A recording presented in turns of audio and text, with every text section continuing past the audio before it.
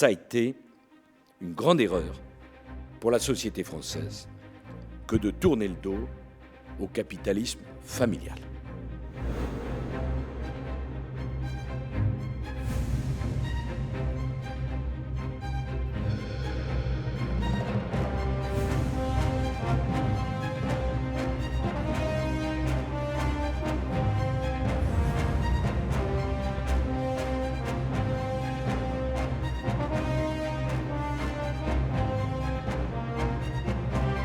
Nous voulions montrer que ces moyennes entreprises étaient performantes. Ces moyennes entreprises, nous l'avons dit nombreuses fois autour de cette journée, ont une parfaite inexistence légale. Alors nous voulions montrer qu'elles existent bien, que c'est la taille adulte de la petite entreprise qui a réussi. D'aucuns pourraient se demander ce qu'un banquier privé, jeune voix de surcroît, vient faire ce soir au Palais des Congrès pour la première reprise du prix de l'entreprise patrimoniale sous les auspices de la SME. J'ai le privilège de représenter moi-même la 6e génération à la barre d'une entreprise patrimoniale qui peut être classée dans les moyennes entreprises patrimoniales. Le symbole des trophées étant depuis le début le roseau. Le roseau plie, mais ne rompt pas.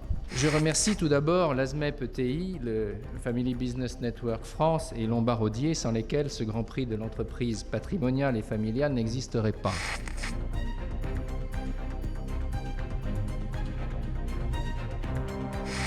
Lorsque mon père a commencé, il nous dit toujours « Tout le monde a pensé que j'allais me planter pendant 25 ans, et finalement je ne me suis jamais planté ». Et c'est souvent aussi pourquoi les petites entreprises et les moyennes entreprises comme les nôtres réussissent par rapport aux grands groupes. Donc il faut garder cette audace de création, ne jamais l'oublier. C'est ce regard porté sur le père, ce passage de témoin, et la confiance du père sur la fille ou le fils qui prend la suite. Il y a là quelque chose qui immédiatement évidemment s'inscrit dans une densité humaine qu'on ne trouve pas a priori dans la négociation de stock option classiquement, quoi. Je voudrais dédier ça, tout d'abord, à Jo. Où est-ce qu'il est, Jo ? Voilà, il est là. C'est mon papa, c'est mon modèle.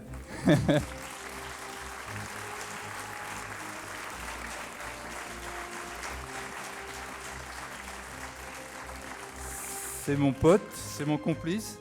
C'est lui qui m'a passé cet esprit d'entreprise. Et on a géré pendant 15 ans, à peu près 15 ans ensemble, une transmission tout en 12 heures faite de plaisir et de complicité. C'était formidable.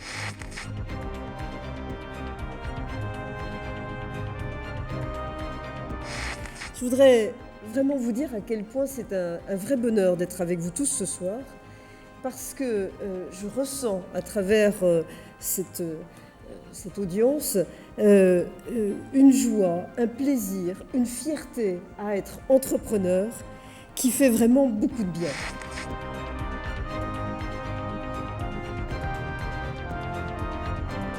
Ce n'est pas seulement la recherche de profit et d'argent, aussi noble cela soit-il, c'est l'homme. C'est ça, pour vous, votre véritable combat, l'homme et son épanouissement. Le facteur humain chez nous, c'est pas une variable d'ajustement. Quand il faut se serrer les coudes parce qu'il y a des difficultés, on le fait, mais on commence pas par ça. Et on sait que c'est en étant peut-être meilleur dans la capacité à motiver les équipes, à leur donner confiance dans l'avenir, à faire en sorte qu'ils se sentent des membres de l'entreprise à part entière. C'est comme ça qu'on arrive, je crois, à se battre. Nos entreprises patrimoniales, ce sont des entreprises qui ont une patrie et donc elles sont lisibles.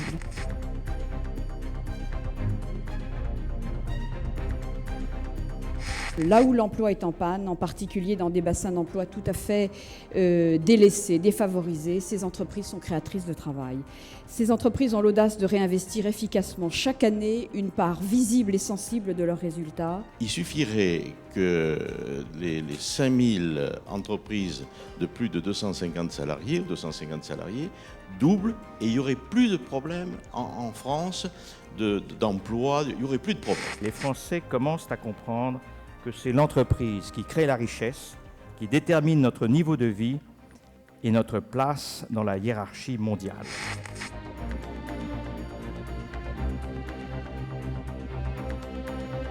Et je crois que notre caractère familial a été vraiment un atout majeur pour permettre cette pérennité et ce développement de la société. Une des forces, une des valeurs de nos entreprises patrimoniales est leur rapport au temps. Au-delà des flux saisonniers, au-delà des résultats trimestriels, une unité de temps fondamentale pour nous est celle de la génération.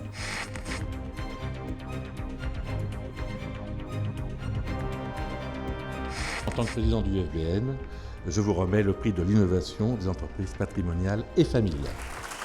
Nous investissons près de 10% de notre chiffre d'affaires en recherche et développement.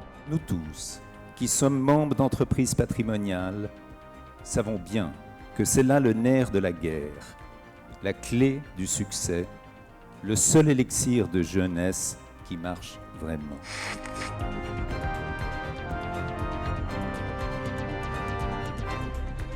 Pour être visible, il nous faut sortir de l'ombre. Moi, mon rôle est terminé. Vous me verrez plus. Merci beaucoup. À bientôt.